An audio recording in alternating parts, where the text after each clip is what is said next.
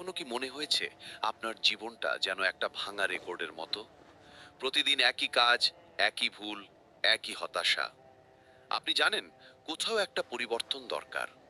আপনি পরিবর্তন চান, কিন্তু সত্যিটা হলো আপনি সেই পরিবর্তনের জন্য যথেষ্ট কষ্ট করতে রাজি নন।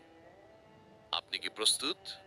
আপনি কি সত্যিই মনে করেন আপনার জীবন 1 মাসের মধ্যে সম্পূর্ণ বদলে যেতে পারে?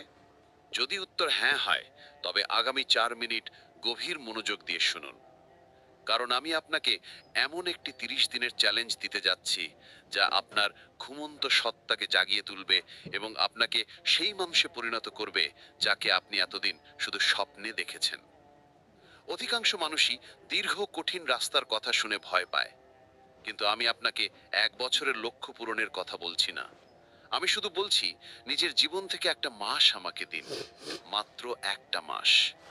এই 30 দিন যদি আপনি আমার বলা পথ অনুসরণ করতে পারেন, তবে গ্যারান্টি দিচ্ছি আপনি আর কখনোই আগের মতো থাকবেন না।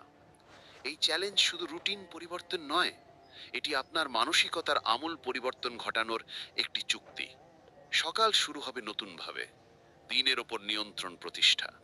ভুলে যান আপনার আরামদায়ক বালিশ আর দেরি করে ঘুম থেকে ওঠার অভ্যাস। এই 30 দিনে কোনো স্নুজ বাটন থাকবে না। প্রথম নিয়ম, ভোর 5টা বা 6টার মধ্যে উঠুন। কেন? কারণ যখন আপনি বাকি দুনিয়ার আগেই নিজের দিনটা শুরু করেন, তখন আপনি নিজেকে মানসিকভাবে এক ধাপ এগিয়ে রাখেন। ভোরের সেই নীরবতা আপনাকে এক অলৌকিক শান্তি ও কাজের ক্ষমতা দেয়, যা দিনের অন্য কোনো সময় সম্ভব নয়। আপনি নিজেকে প্রমাণ করেন যে আপনার আরামের চেয়ে আপনার স্বপ্নের মূল্য বেশি। ঘুম থেকে উঠেই সোশ্যাল মিডিয়া নয়, প্রথম 30 মিনিট শুধু আপনার নিজের জন্য। হয়তো সামান্য ব্যায়াম বা ঠান্ডা জলে স্নান। ঠান্ডা জলের ঝাপটা আপনার মস্তিষ্কের অলসতা দূর করে এবং দিনের শুরুতেই আপনাকে একটি ছোট বিজয়ের স্বাদ দেয়। এই ছোট্ট বিজয়টি সারাদিনের বড় চ্যালেঞ্জগুলো মোকাবিলা করার জন্য আপনার ইচ্ছা শক্তিকে শক্তিশালী করে। মনে রাখবেন, একটি সুশৃঙ্খল সকালই একটি সুশৃঙ্খল জীবন তৈরি করে। লক্ষ্য নির্ধারণ ও মনোযোগ।